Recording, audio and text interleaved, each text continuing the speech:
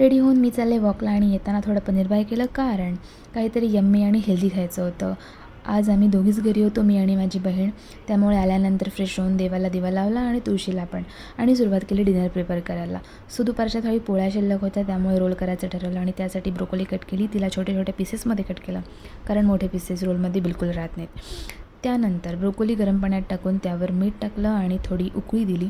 दुसऱ्या साईडला थोडा लॅटूस बारीक चिरून घेतला आणि आणलेल्या पनीरचे छोटे छोटे पीसेस करून घेतले.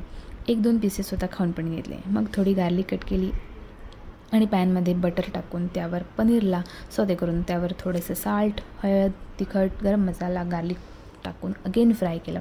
एकदम मस्त वास येत होता.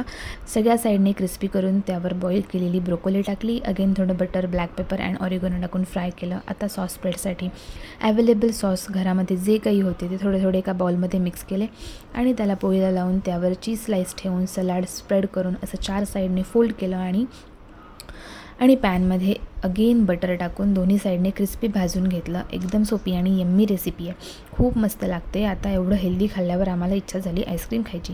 पण हे सोलो शॉप बघून तिथे काय काय ऑप्शन्स आहेत हे बघायला गेलो आणि इथला हा ॲम्बियन्स आणि बुकशॉप बघून एकदम भारी वाटलं, म्हणून तिथेच बसलो आणि ऑर्डर दिली. एकदम मस्त व्ह्यू होता. तो बघत आणि गप्पा मारत आम्ही आईस्क्रीम आणि चॉकलेट संडे फस्त केला. पुण्यात बालेवाडीला आणि बऱ्याच ठिकाणी हे शॉप आहे. टेस्ट खूप मस्त होती. And that's it. I hope you enjoyed it. Subscribe for more.